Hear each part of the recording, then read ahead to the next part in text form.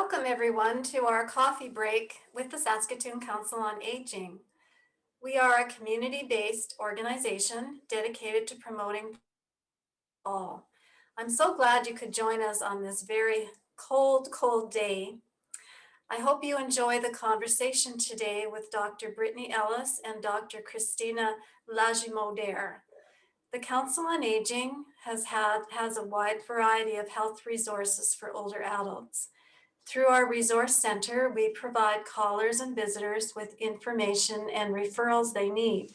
We also have a caregiver information and support center, which is the only one in this province. The Caregiver Center provides workshops and presentations of interest to caregivers. We have two informative websites, www.scoa.ca, or just Google Saskatoon Council on. We have a caregiver website, and you can Google Saskatoon Caregiver Center. It's www.saskatooncaregiver.ca. We also have a resource guide for caregivers, a wide variety of resources in our center, a directory of services and activities for older adults. So please give us a call anytime at 652-2255 to find out more. If you have any questions during this webinar, please click on your chat icon and you can put them in there. There are students available today to provide technical support. If you need help, just phone 306-966-2496. Now, I would like to welcome our moderator for today, Shan Landry. Shan is a lifelong member of the Saskatoon community, committed to improving the quality of life and health of all. Shan has worked for 34 years at the Saskatoon Health Region, now called the Saskatchewan Health Authority. Most of these years, she served as Vice President of Community Services.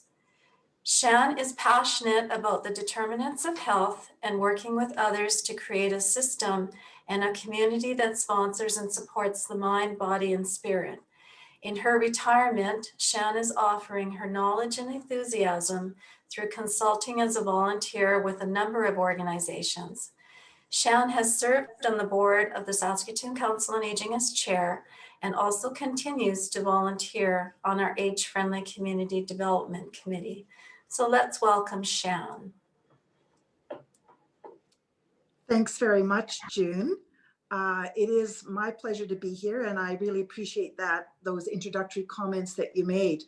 I will join you in saying what a cold day it is and how perhaps fortunate we are for the ability to be able to connect and learn from the comfort of our own homes.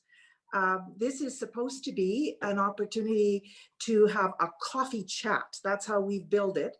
So I'm hoping that everybody who's listening in and connecting with us today has at least a cup of coffee, if not something else, that's a bit comfortable and warm, and that they're cozied in comfortably to listen and ask questions and talk with us for the next hour or so. I am privileged to serve as the moderator today, and before I introduce our guests, I would like to just do one little personal reflection. I worked, as you heard from June, in the health system itself for a very long period of time. It was my career. And as I think back, I can only imagine how delightful it would have been and what an advantage it would have been for me as a social work practitioner and then as an administrator to have opportunity to work with people like Dr. Ellis and Dr. Lagimodiere, our guests today. During the time that I worked, we were short or did not have at all people who had a specialty in geriatrics. And so now I am thinking that our system will benefit so much by having the addition of these very wonderful experts and very personable individuals, which I've found out by a little bit of preliminary discussion with them. What I'd like to do today is introduce both of them, give you a little bit of idea of their background. Then I'm going to pepper them with some questions, some things that I have thought about that I'd really like to know, and I hope will help you get a bit of a focus. And then about 1:30 or so, we'll open it up for some questions directly from you that we will, or I will direct to either one of the physicians here. And just towards the end, maybe about 1:45, I will ask each of them to do a little bit of a summary before we flip back to the closing comments from June. So that's how we envision the next hour or so going. And I will begin by saying welcome Dr. Ellis and Dr. Lagimodiere to our SCOA Coffee Chat today. First, I would like to introduce Dr. Brittany Ellis. Dr. Ellis does originally come from Saskatoon, and her title right now is Physician Lead Geriatric Emergency Medicine for the Saskatchewan Health Authority. But she's got quite a bit of a background that I'd like to briefly touch on. First of all, she took her Bachelor's of Science in Microbiology and Immunology here at the University of Saskatchewan. And then she went overseas and completed a Master's of Science in Public Health Research at the University of Edinburgh and worked there in dementia-focused research and policy development. From there, Dr. Ellis returned to medical school at Warwick University in England, and then came back to Canada to complete emergency medicine residency at the University of Ottawa and a fellowship in geriatric emergency medicine at the University of Toronto. Back in Saskatoon, currently, as you heard, she works in the emergency department and holds a provincial role to improve care for older adults through education, research, policy, and quality improvement. On top of all of that, Dr. Ellis also works as a trauma team lead, is the chair of the Canadian Association of Emergency Physician Geriatric Committee, and the leadership committee of the International Federation in Emergency Medicine Geriatric Emergency Medicine Special Interest Group. So welcome, Dr. Ellis. Thanks so much for having me. I'm so pleased to be here. And Dr. Krista Lagimodiere. She is also from Saskatoon, and she is a practicing geriatrician in Saskatoon. She is a proud University of Saskatchewan Medical School graduate, and she completed her internal medicine residency in Saskatoon in 2018.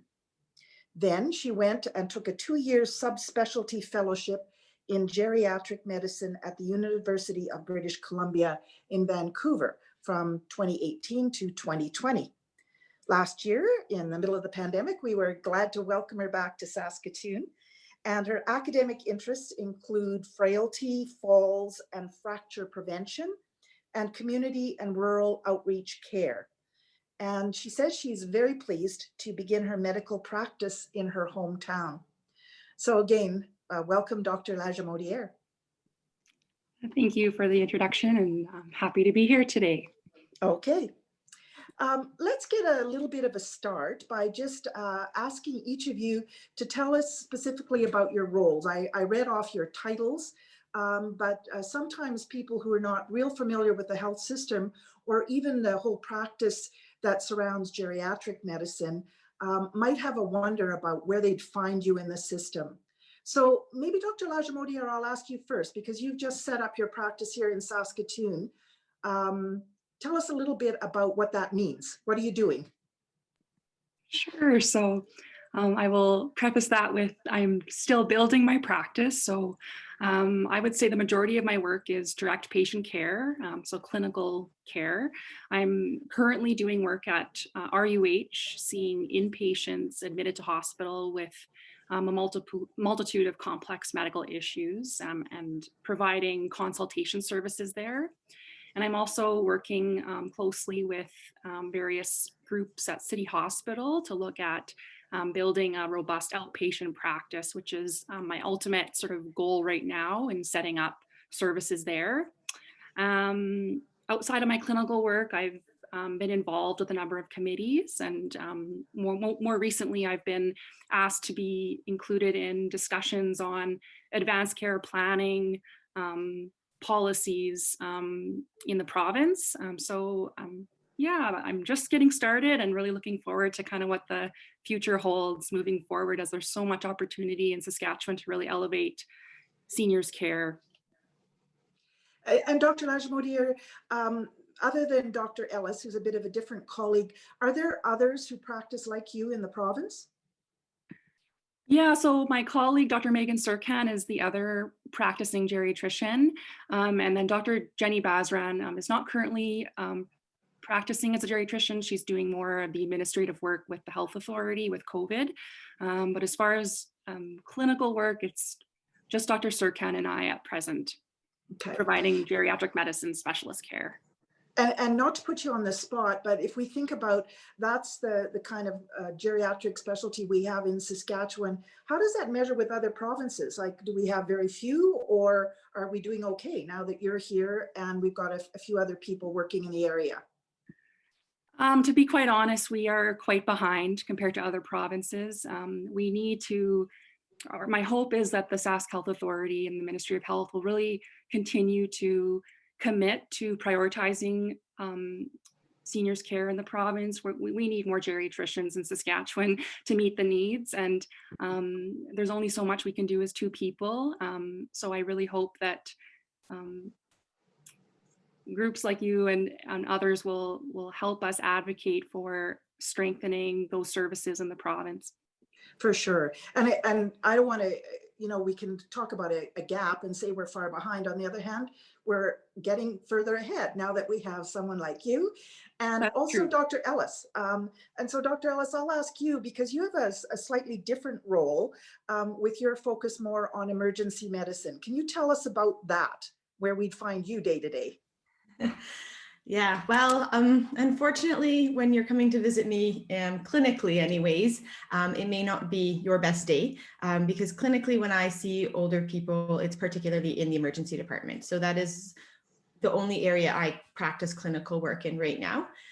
That being said, one of the reasons for my role and for the increasing recognition of the importance of having geriatric trained individuals in acute care and particularly in emergency departments is that more and more we're seeing older people who are using emergency departments as almost a primary point of care. It may be a lack of access to other services. There's a whole host of factors of why people end up in the emergency department. But it's not just single problem emergency medicine anymore. It's very much multifactorial, where we have to look beyond that kind of older model, what we would describe in emergency care. So clinically in the ED is the focus of my kind of practice. That being said, there's a lot of opportunity in the emergency department, I find. And that's really my role, is to kind of look within the emergency department and how people move to and from the emergency department. So those transitions of care, and look at how we can do better. And there's lots of ways, and I'm sure we'll get into them. I don't want to get up on my soap stand too quickly here, but I certainly will be seeing people in the ED primarily. Okay, and then Dr. Lagimodiere, for people listening, they can't just dial you up and say, I think I need to see a specialist in geriatric medicine, I presume. How do they get to see you? They would see Dr. Ellis if they had an encounter in the emergency room, but what about yourself? Yeah, so typically at present, we work on a consultant base. So a physician, either a family physician of a patient could request their family physician send a referral to me in clinic, or as Dr. Ellis mentioned, she kind of is the first line point of care for patients. So once they're admitted to the hospital, if a patient has a number of needs that the admitting team feels would be best served by a geriatrician, they are able to call me through the hospital switchboard. And that's sort of the pathway that we've been working with right now as far as accessing our services. Okay. And when I think about it, Dr. Ellis, you mentioned primary care physicians, perhaps the fact that lots of older adults don't have someone like that as a touch point in the system. I think about how do we work on reforming our systems so that people do have that kind of access, and that the services that both of you provide are well integrated into what we already have or meeting some of the gaps. Can you make some comments about that? Yeah, I mean, it's really complex and really simple in some ways. Care of older people was traditionally seen in primary care and in emergency care specifically as being just something that we do without any specific core training or features kind of to guide us clinically. More and more family physicians and emergency practitioners are undergoing specialized training or having extra training in addition to their kind of basic programs that they go through to kind of give us more expertise in that. When I think of family physicians and the role that they play for especially older people who, you know, often have multiple medical problems, maybe have multiple medications, have multiple services involved, and really, I often cite them as being the quarterback of care. They are the coordinator of care. They help to plan the care, and they really should help to deliver and ensure that people are receiving the care they need. And so when I reach out to family physicians or they reach in towards the emergency department, we always try and have a bit of a discussion regarding what's been going on and close that communication link the best we can. And that kind of area is called transitions of care, and it's increasingly recognized as so vital. And is a special interest area of mine. We're fairly lucky in urban settings in Saskatchewan with our family physician availability. Most people in urban centers do have family physicians. Unfortunately, there continues to be a lack of family physicians in some rural areas, and that's, I think, a national problem. And so again, like in the emergency department where I work, one of the things is recognizing that for older adults who don't have family physicians, what can we do and who can we refer to and how can we arrange for additional care to be provided, whether that's, you know, CPAS assessments in the home, who again, traditionally a family physician might arrange. We are now developing skills and pathways for kind of initiating those processes. So those are like a few, I think, of the small areas. I don't know if that answered your question, Sean. Happy to. Yeah, it does. And maybe I'll ask Dr. Lagimodiere to join the conversation because I saw you nodding your head. And also, I'm wondering about things that we've heard most recently over the last few years, the development of, for example, nurse practitioners, people who have a little bit of a specialty in that they're not physicians, but maybe part of the team. So Dr. Lagimodiere, when you talk about doing your work in the hospitals, who are the people that you're working most closely with in order to be a part of a team, or are you on your own? No, definitely never on my own. And that's one of the reasons why I was sort of drawn to geriatric medicine. It's one of the subspecialties within the medicine umbrella that very much values that team-based approach. And I think it speaks to the complexity of the patients we look after. They truly need an interdisciplinary team to meet all those needs that they have. So as far as who I work closely with in the hospital setting, I would say some of my biggest allies are nursing, social work in helping me navigate the continuum of care and housing alternatives and linking up my patients with community resources. Occupational therapy is also essential to what I do. I often need an occupational therapist to weigh in on home safety modifications for a patient, or helping me with further cognitive assessments. And then physiotherapy as well. They are critical, especially in the inpatient environment when we know that immobility is one of the leading causes of loss of function in hospital. And I could talk about that forever because it's something I'm quite passionate about, but physiotherapists too are very important in helping me with those fall prevention strategies.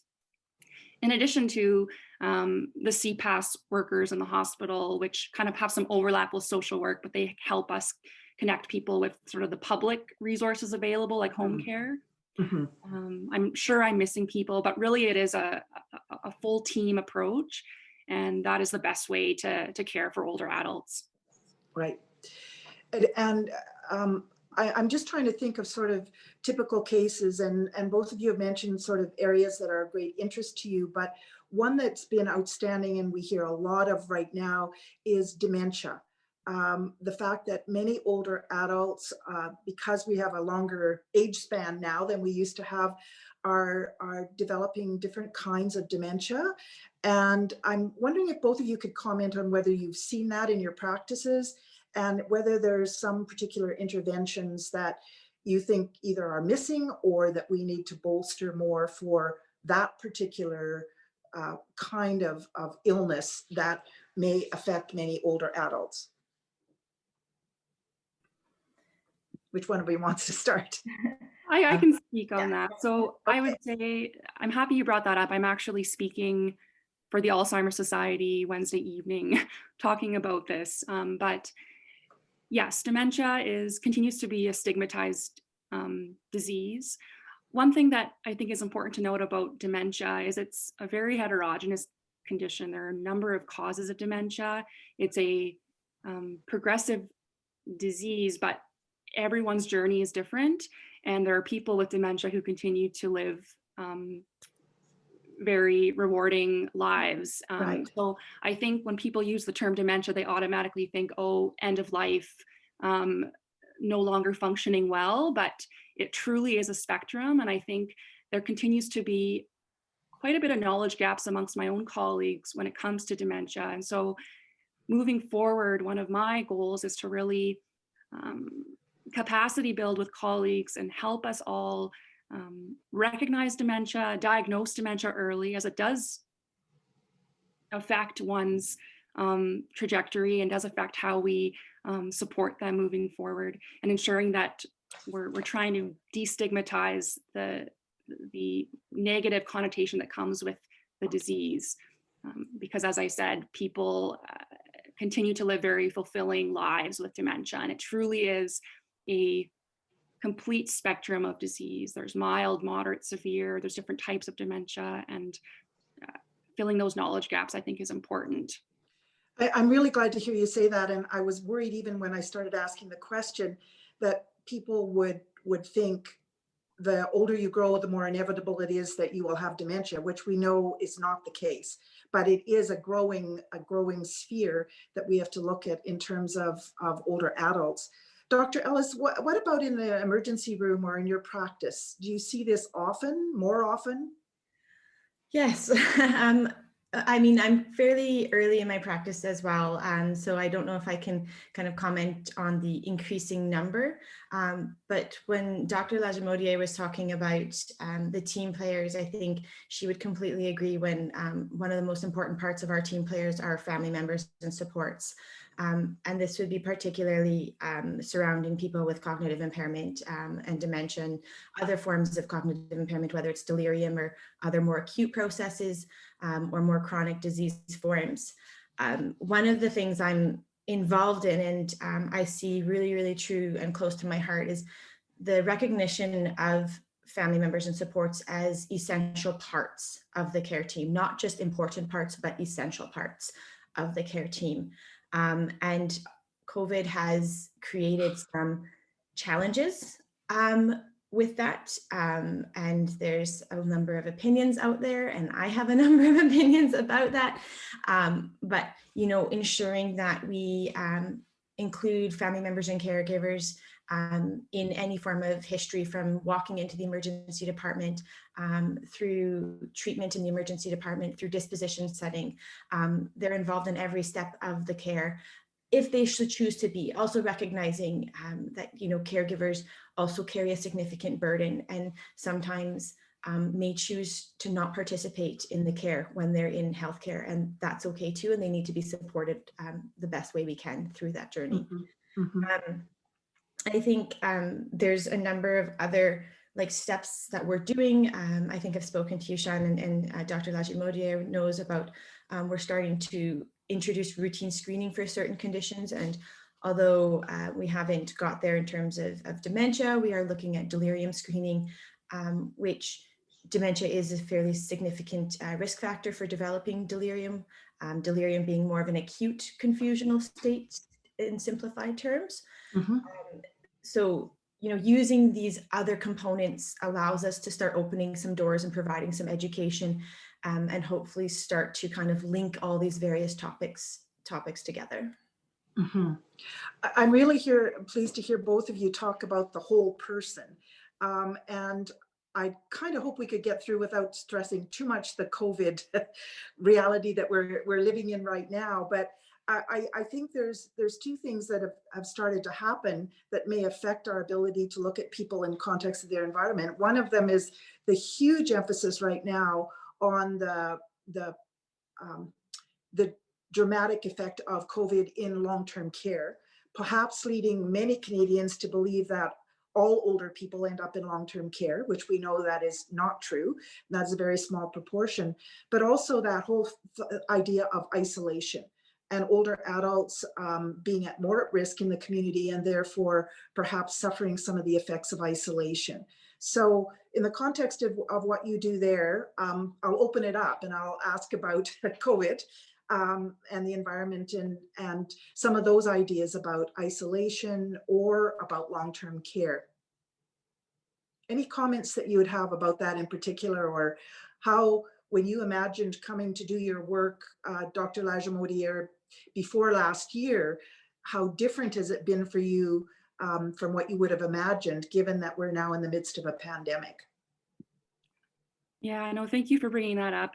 It's unfortunate, but unfortunately it's the reality, and it has been extremely challenging. I'll be completely honest. COVID has disproportionately affected our patients, and not those who are in long-term care, but a large majority that rely on community-based services. I'm really happy you brought that up, that only a small proportion of seniors are in long-term care. And I think the general public is made to believe that once you reach 65, you're in long-term care, which is so untrue. There are so many community dwelling older adults that are living independently, and many people are living independently in their homes with some home support or private support or in personal care homes, which is a whole other area of care that isn't designated as a long-term care site according to the government, but they're also looking after very frail older adults as well. So Right. I think to your point about the social isolation piece, I'll maybe just comment a bit on that, because we know that loneliness in older adults is a marker of poor health, and it's been compared to that of smoking. Actually, we know that loneliness in older adults is associated with poor health outcomes. It's associated with falls, depression, functional decline, cognitive decline, and has even been compared, as I mentioned, compared to smoking as far as having adverse effects on life expectancy. So I really think that when we're making blanket policies during this pandemic, we need to truly think about what the long-term consequences will be.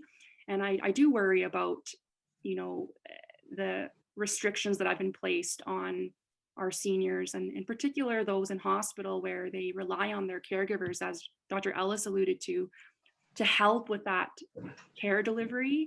And we are seeing that, individuals with cognitive impairment, dementia in hospital, they do less well in hospital when they are restricted from having visitors.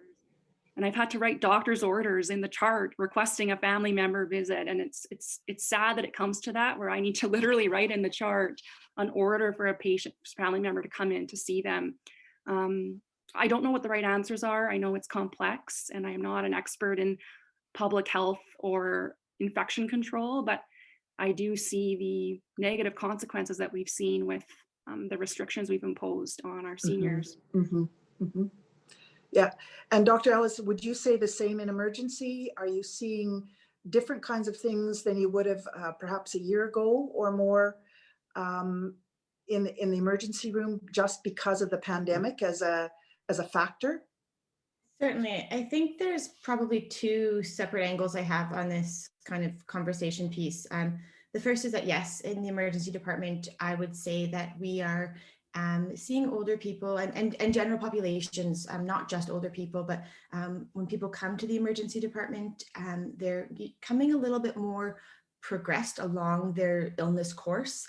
I think there's some hesitancy to present to care for many people at this time due to fears about COVID and about potential exposure and those sorts of things, which is really, really sad. Now, I do think that people who need care are getting the care that they need, but we are also having difficulty with visitor restrictions. And I think that's the inherent problem, is these are not visitors, right?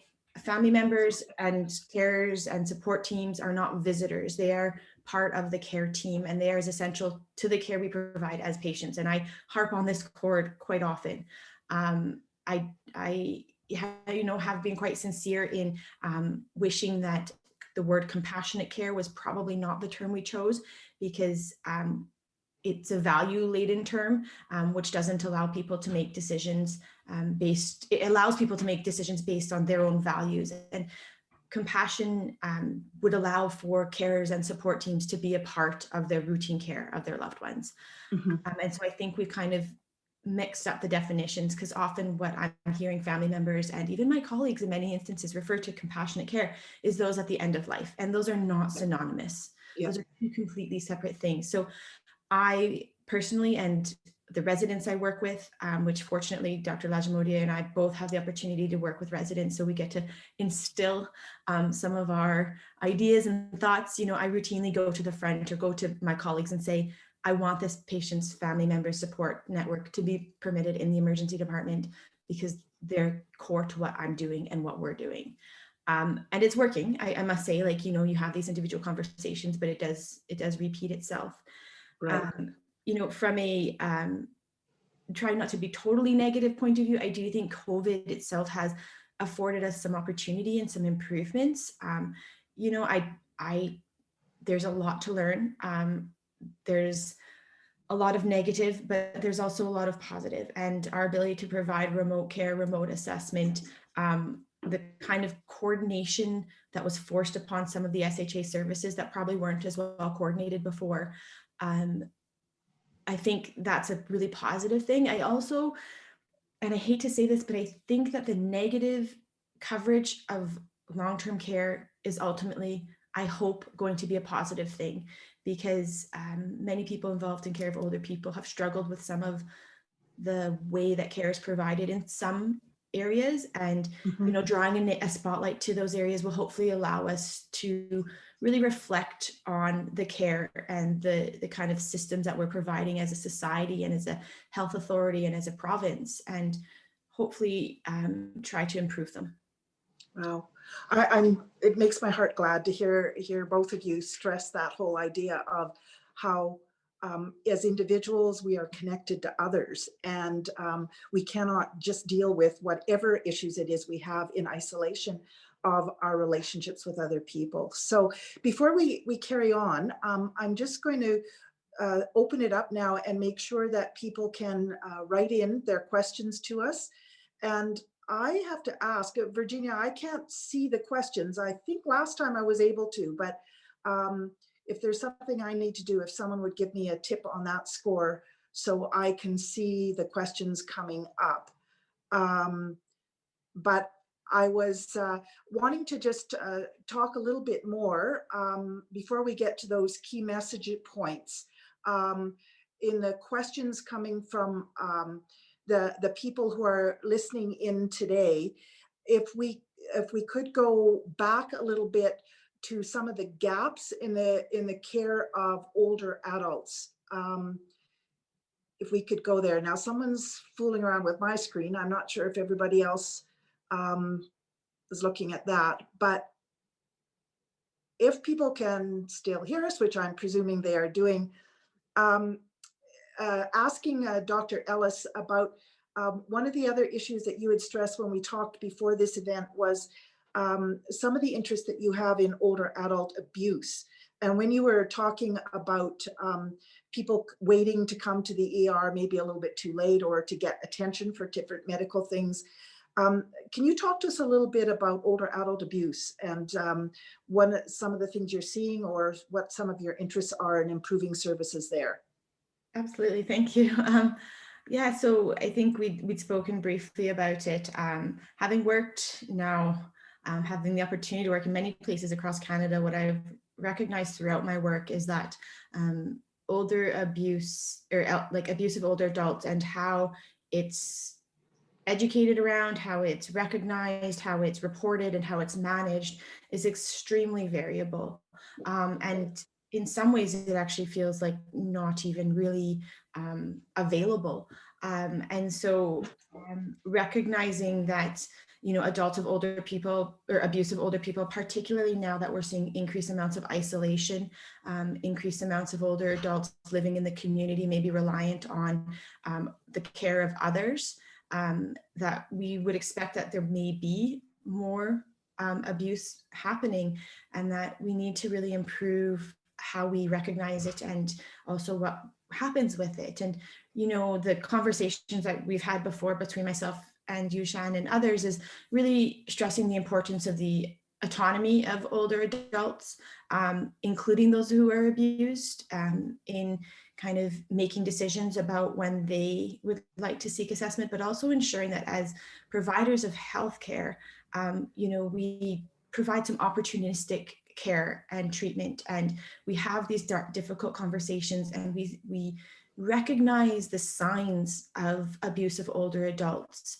and then we have a way of dealing with them. And so that's one of the biggest things that's missing, is it's a very limited use educating on the signs of elder abuse if we don't have a way of helping to support older adults who are the victims of abuse. So the kind of area I'm focusing on right now, and I realize it's a very, very complex puzzle, but I'm kind of trying to look right now about some of the barriers to healthcare workers in particular in Saskatchewan, to recognizing and reporting abuse of older adults. And that's really just so we can gain some regional information and background, and kind of work looking at some of the best practice examples provincially, nationally, and internationally of what's out there and how we can improve this. And I know Dr. Lagimodiere will probably speak to it better, but I think we both fully recognize that this is just one small piece of a puzzle, and there's many gaps, but there's also many good things going on. And what we'd really like to see is Saskatchewan and providers come together as a whole and kind of develop some form of cohesive strategy or guidance or understanding on some of these key areas of care for older people. Okay. I'm just seeing some of the questions now. And one of our listeners has said that in rural southern Saskatchewan, there's no opportunity to consult with either of you. So they need access to self-help information on maintaining aging bodies.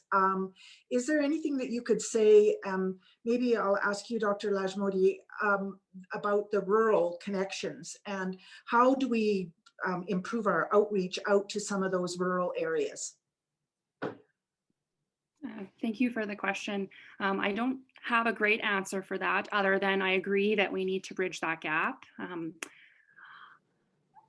I would say that a future goal would be that, within the health authority, we could build capacity to allow for some rural outreach clinics, which I've had some experience with in Vancouver. That is just an idea. There's nothing actually on the ground running yet, but I would say if there are specific questions, I would encourage you to speak with your primary care provider, whether that's your family physician or your or nurse practitioner, whoever you use as a primary healthcare provider, and have them send a referral to us, because we could be able to potentially arrange sort of a telephone visit or a telehealth visit. Although the pieces for that aren't perfectly in place yet, but certainly I agree that we need to build capacity to improve access to our services to our rural communities. Right.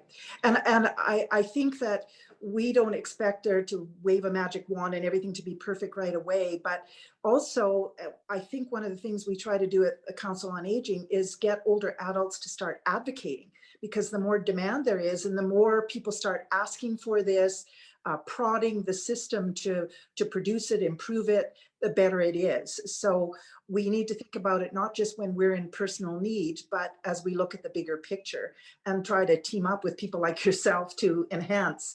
How do we do this? How do we design it?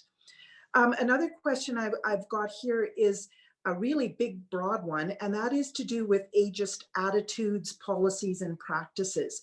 We believe very strongly that, excuse me, ageism is a real factor in our society today. And I wonder if I could ask both of you just to comment a little bit about whether you see ageist attitudes in some of your colleagues and fellow practitioners, and whether you think that there's some things we can do to address ageism in the system. Dr. Ellis, we'll start with you. Thanks. Yeah, I mean, I couldn't honestly sit here and say that ageism isn't a problem in healthcare, in life.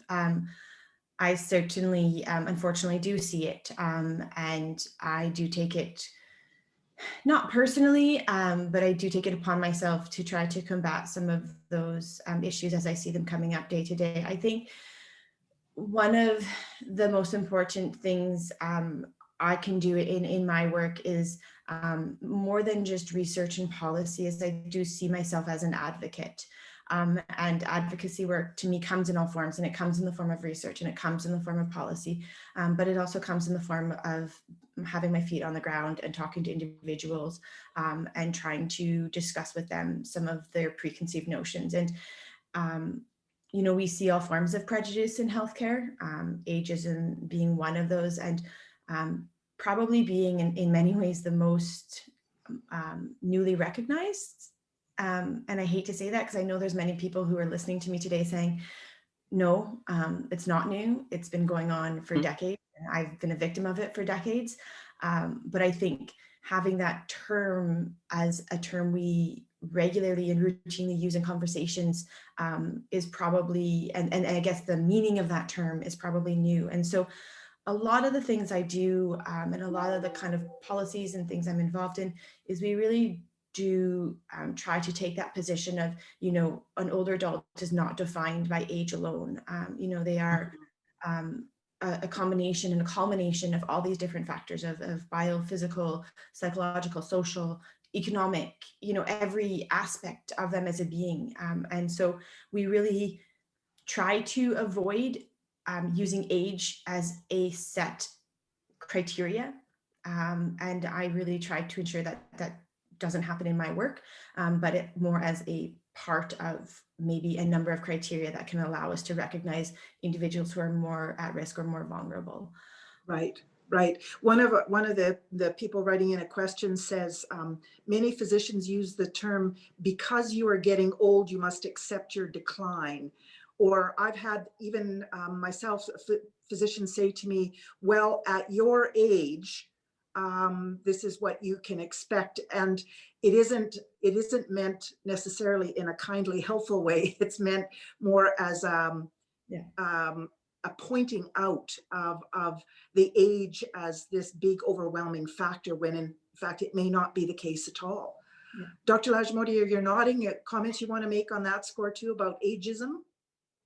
Yeah, I would echo everything that everyone said. I really think we need to move away from age being a defining factor in one's health status. We know more and more now that age alone is not a very predictive marker of health status, and cognitive decline, functional decline is not a part of healthy aging. And I think that there's still a stigma amongst colleagues that, oh, you reach a certain age, it's a normal part of aging, but it's not. And I think we forget that there are many older adults thriving in the community that are still in the workforce, carrying the volunteer force, leading very active, productive lives.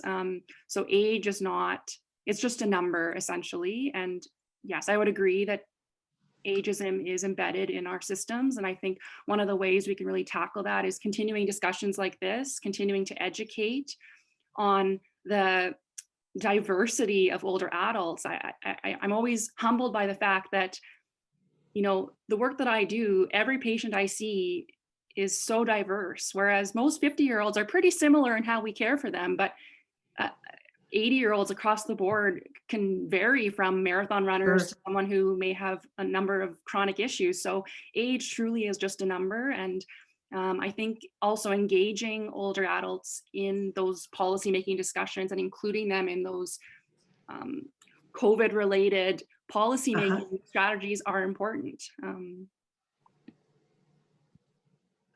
That's great. And I've said it already so many times, but it really cheers my heart to hear both of you saying that, because knowing that we have people in the system who are thinking on a broader basis, and that being a geriatrician doesn't mean that you keep the blinders on and simply look at everything from the square box of a certain age group, or lumping everybody in the same. One of the things that we've tried to do in the Council on Aging is stress the fact that there are now almost 3 generations of older adults. So we look at some of the younger ones, some of the middle-aged older people, and the very old, and how those numbers are shifting in our communities at large. I think those are some of the key questions that have been asked, and conscious that our time is getting on here. I had asked both of our panelists here today if they would prepare to answer a question from me that was very broad, that was just to tell us 3 things that they'd like to leave us with as their thoughts and perspectives that may help us in getting ourselves oriented to geriatrics or the health system and older adults. And so I think both of them have prepared a bit of a slide and want to talk about that. Dr. Lagimodiere, maybe I'll ask you first if you could share your slide and just talk about 3 key things that you want to leave us with as your final messages. Sure, I'd be happy to. So the first that is more of a global message, but across the country, several provinces have provincial senior strategies that are outlined in conjunction with their health authority and their governments. And we in Saskatchewan don't have that. And I think that's something that should be prioritized, and perhaps there are ideas in the public here or in speaking with colleagues about how we can go about this. But I think that's the first step to really, again, dismantle ageism within our systems, but also focus on how can we do better after this challenging year we've had. I think it really has highlighted a lot of the areas that are outdated in the system and need to adapt and evolve, because quite frankly, the system that we work in right now continues to operate in a way that it was operating in many years ago. So we really need to change and shift gears based on the needs of the population we're caring for. The second big thing I wanted to touch on, and we already sort of touched on it, was again, a strong commitment by key stakeholders to really dismantle ageism in our healthcare institutions. And I really think that's going to start from our medical schools and from our, when we're teaching and educating our aspiring physicians and healthcare workers, it needs to start there so we can shift that culture early. Third, I really want us to focus on informal caregiving, because as Dr. Ellis alluded to, they are essential members of the team and they are instrumental in providing quality care to our patients. So we need to provide adequate support and resources to those caregivers. And I don't remember the dollar amount, but the amount of unpaid caregiving hours that saves the system money is astronomical. And we need to recognize that, especially in light of the pandemic, where a lot of family members, spouses are stepping up and providing a lot of care where normally they would have had some respite or adult day program to send their loved one to. And then finally, I really think advanced care planning and establishing goals of care for older adults is super important, and having those discussions early when you're well and informing your family members of your values, wishes, goals, so that if there comes a time when you are sick or in the hospital and unable to communicate those needs, your family is at least there's been a discussion and it's been introduced. And I hope that this can be normalized within our healthcare system a bit more than it already is. So thank you for those points. That's an excellent sort of summary of some of the things we've tried to touch on. And I particularly like that whole idea of a senior strategy for our province, something that SCOA has been quite involved in trying to advocate for. And I think for us, it's a great comfort or encouragement to know that we have practitioners in the system who believe that as well, that we can work with as partners on it. Also, your point about advanced care, we didn't spend a lot of time talking about that, but it is another area where, in fact, there may be certain groups that can do some advocacy on that score and also provide some education and support to people who want to explore that whole idea about that. So thank you for those points. Dr. Ellis. Thank you. I must say I had the advantage of seeing Krista's, Dr. Lagimodiere's before I did mine. I was just going to write agree as my overall synopsis, but I did try to put some additional words. I must say, Shan, one of the things I'm encouraged about as well, and I know maybe hasn't amounted to much quite yet, but is the recognition of our government and appointing a new Minister of Seniors, which is a fairly new development in the province, and I don't think truly has a clear role in some ways yet, but who I certainly try to maintain regular contact with, and I'm sure, I hope that we can kind of utilize that in what some of the work you guys have done as well through SCOA. Now, I tried to kind of, I think, come up with some summaries, and much of which I've already said throughout the afternoon today, but that really, you know, speaking as an emergency physician, the way we provide care in the emergency department has truly evolved at a rate probably far faster than many other medical areas. You know, emergency departments were developed in wartime and eras of crisis, and it was a feature of trauma and single problem medicine, where individuals came with a problem, they were treated and they were admitted or they were sent home, and that was the extent of it. And trying to continue, like, I guess, continued efforts to disrupt that mentality and help us to recognize emergency departments as really, you know, the nexus of care, the point where people access care, and that we are all interconnected in the way we provide care, and that we have to look at all of our patients, older adults and everyone, as you know, whole people who aren't just a medical problem, but are kind of a virtue of their situation and their past and their present and their future. And so I think by trying to improve the way we recognize our role in the healthcare system, in the emergency departments, we can do a better job of meeting the need, particularly of older adults. I think, you know, the 3 bullet points, kind of second, third, and fourth, all just really relate to the fact that older people are in many ways much more complex. Like we said, they're not just numbers. You know, we don't define older adults by numbers alone. And that one of the biggest areas that I've seen challenges with is the transitions of care. We talk about transitions of care as kind of the entry into care, the leaving from care settings, and everything that happens in between. And I think the communication that occurs in those areas is recognized as being vital, and also recognized as being quite challenging at times. And so working out ways that we can improve information sharing, knowledge sharing, and transitions of care will really be essential to the way older adults experience care in our province. And lastly, as we said, that, you know, family members and carers are genuinely essential, and that we want to continue to involve and encourage them and support them as members of the care team, just as we would our own colleagues and others in kind of involved throughout the lifespan of older people. Right on.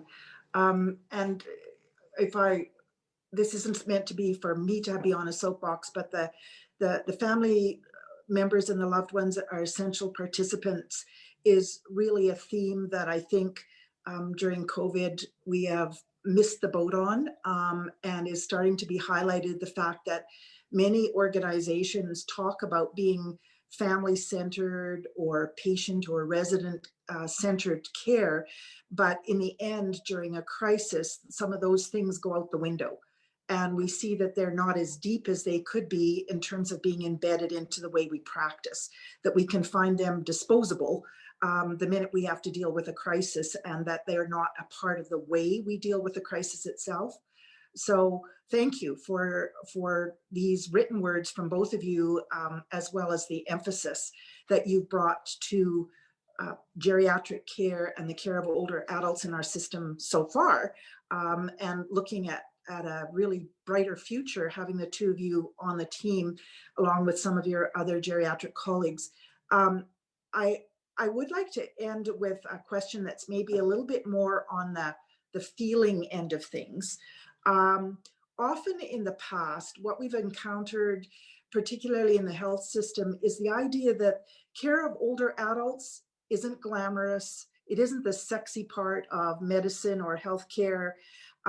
Whether you're taking medical training or whether you're in nursing or physiotherapy or speech language pathology, people like the idea of NICU or fancy surgery, and they tend to be more disdaining of those who say we're going to devote our careers to working with older adults. And I'd like to ask if either of you have encountered any of that as you told your colleagues or your families or your friends, this is where I want to specialize. If you see that changing and how we can all collaborate with you to make this more of an idea of a specialty and one that is not the second class part of the system. Who wants to go first? Well, thanks, Shanna. It's an uncomfortable topic, but certainly based on truth. And I will speak to my own experiences, having started, my foundation is internal medicine. So the majority of my training started in acute care. So I would have, done a lot of cardiology, ICU. I rotated through all the acute care specialties. And when I declared that I wanted to do geriatric medicine, the responses were not always positive. It was like, oh, why would you waste yourself in that specialty? Oh, you should do cardiology, you should do critical care. But, I think that they're missing out, because honestly, geriatric medicine and working with older adults is by far one of the most rewarding specialties. And I've had the privilege to work in various areas of medicine, and those 3 years of internal medicine residency allowed me to kind of sample all of them. And yeah, I have no regrets. I do still continue to advocate and inspire trainees that this truly is a great path, and I hope that we can sort of dismantle those ageist attitudes that, again, percolate within our own colleagues. So let's make geriatrics a sexy specialty, I guess, as to put it. We're with you all the way, Yeah. Dr. Ellis. How sexy can we make it? It's interesting. Probably if you think of medical specialties and the people who are out there for the fast-paced, glory, attention-seeking, emergency medicine would be at the top. And so, entering into emergency medicine and then stating I wanted to do a subspecialty in geriatrics was, actually met with a surprising amount of not just disappointment, but often like dissuasion. I was the second person in Canada to do a fellowship in geriatric emergency medicine. So the good news is there are people like me out there, and the training programs are improving. And I meet countless medical students and even countless residents now who I think now start to appreciate my joy and the importance of this area of work. And I truly see my role and my job as probably one of the most rewarding I could have ever imagined for myself. I love working with older people. I love all parts of it, from the individual contact, the stories, the history, to just the ability to have to think outside the box, to put these complex pieces of a puzzle together in a finite time span, the opportunity to advocate. I think that there's just so much that geriatrics has to offer, and we're seeing more and more subspecializations of additional training in geriatric in people who are already trained, like intensivists doing specialty training in geriatrics, emergency medicine doing training in geriatrics. There's an expanding field, and I think that's going to continue. In the United States, there's emergency departments that are geriatric emergency departments. There's geriatric hospitals. You know, this is a growing area. And I think Dr. Lagimodiere and myself and Dr. Serkan and others are just really grateful to be in Saskatchewan and have the opportunity to kind of share our love for this area. Thank you. And thank you both for sharing your wisdom, your enthusiasm, and your appreciation for older adults today. I started off by reflecting that if only during my career inside the system, I'd had access to partnerships with people like you.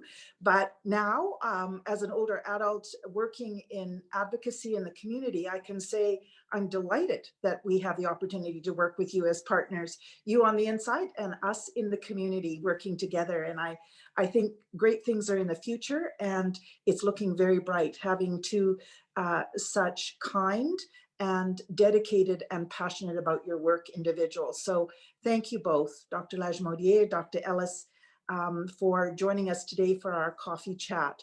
And I will turn things back now to June to finish off with a little bit of information for everybody. June, back to you. Well, thank you, Shan, for moderating today. And thank you, doctors, for taking the time out of your day to be with us and give us such valuable information. I wanted to let everybody know that our next coffee break session is on February 25th at 1 p.m. It'll be on mental health, and you'll receive an email with the date and time shortly, or you can go on our main page of our website and you can register from there. If you could stay on just for a few moments after the webinar closes, we have 2 questions on a survey. And if you answer them, you're entered into a draw for a $25 gift card from Save On Foods. And then you'll be contacted if you are the winner of that prize. So thanks again, everybody, for attending, and see you in February.